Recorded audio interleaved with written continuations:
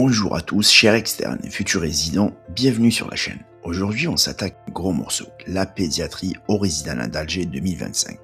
On va corriger ensemble un cas clinique très classique, mais qui piège beaucoup de candidats. C'est le type de dossier transversal qui teste vos connaissances sur les maladies infectieuses, la néphrologie et l'imagerie pédiatrique.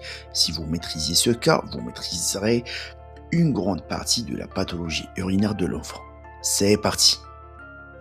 Lisons d'abord l'énoncé attentivement. Un nourrisson de sexe masculin âgé de 15 mois, amené pour fièvre à 39 degrés depuis 48 heures, résistante aux antipyrétiques avec diarrhée et vomissement. L'examen neurologique est normal.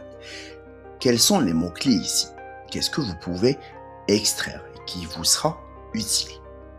Tout d'abord, un nourrisson de 15 mois. On est dans une tranche d'âge typique des infections bactériennes sévères. La fièvre isolée ou mal tolérée, 39 degrés depuis 48 heures, c'est un signe d'alarme, c'est un signal d'alarme. La diarrhée et les vomissements. Attention au piège. Chez le nourrisson, les signes digestifs sont souvent des symptômes d'emprunt. Une infection urinaire, une otite ou même une pneumonie peuvent se manifester par des troubles digestifs. Ne sautez pas sur le diagnostic de gastro-entérite trop vite. À noter l'examen neurologique qui est sans anomalie. Commençons par la question 131. C'est le carrefour décisionnel de ce dossier. On vous demande quel diagnostic évoquez-vous devant ce nourrisson fébrile avec diarrhée et vomissement. La tentation immédiate, c'est de cocher la réponse D, gastro-entérite aiguë. Statistiquement, c'est la plus fréquente, certes, mais cliniquement, c'est un piège. Regardez les caractéristiques de la fièvre. Elle est à 39 degrés Celsius depuis plus de 48 heures, résistante aux antipyrétiques. Ce tableau de fièvre nu et tenace est un drapeau rouge en fait. La réponse correcte est la réponse E. Toutes les propositions sont correctes. Pourquoi cela? Parce qu'en pédiatrie, nous devons raisonner en termes de gravité, avant de raisonner en termes de fréquence. Voici la clé physiopathologique à comprendre pour votre pratique. Chez le nourrisson, le tube digestif est souvent un miroir trompeur. Nous appelons cela des symptômes d'emprunt.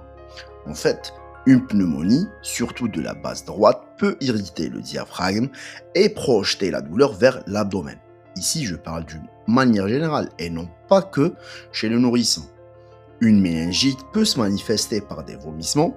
Le mécanisme n'est pas digestif, il est neurologique. C'est l'inflammation des méninges qui crée une hypertension intracrânienne. Cette pression stimule directement le centre du vomissement dans le bulbe rachidien. Donc, résultat, le malade vomit son nausée brutalement. C'est le cerveau qui souffre et non pas l'estomac. Et bien sûr, une pyélonéphrite décompose souvent le tube digestif.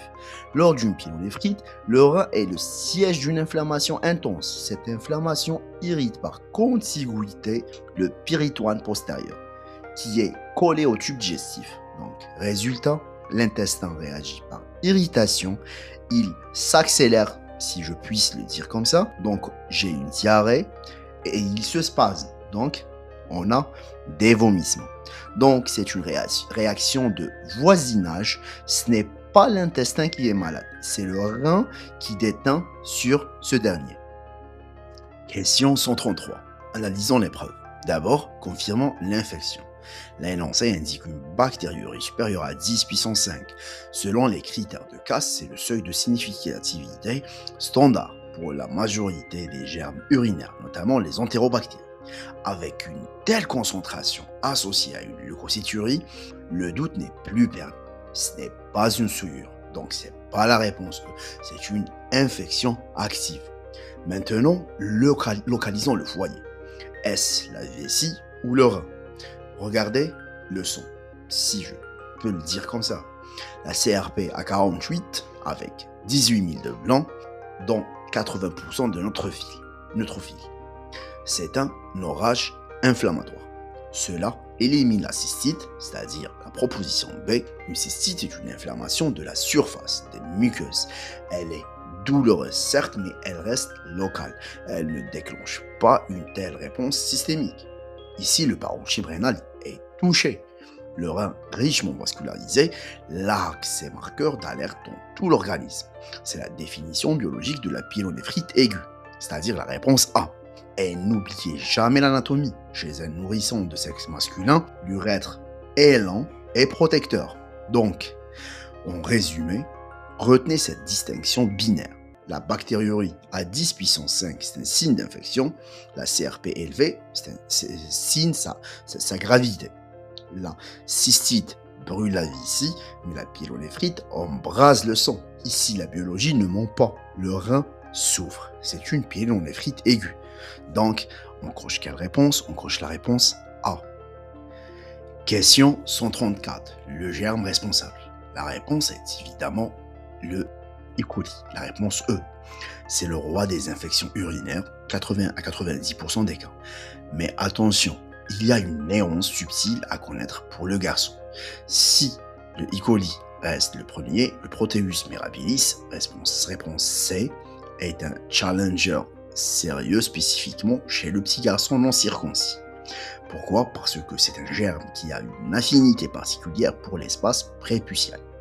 Donc, si l'énoncé vous parlait d'un garçon avec des urines malodorantes, odeur d'ammoniac ou infimosis, pensez très fort au Proteus. Mais sans précision, on parie toujours sur le champion, le E. coli. Question 135. Le traitement. C'est l'urgence thérapeutique. La réponse académique pour une PNA du nourrisson, c'est la réponse D. Une bithérapie en IV pendant 2-3 jours, puis relais Péros. Je vous renvoie vers les différents guides de la SAP. Mais pourquoi une bithérapie? Certains diront pour la synergie, c'est vrai, mais ce n'est pas la raison principale.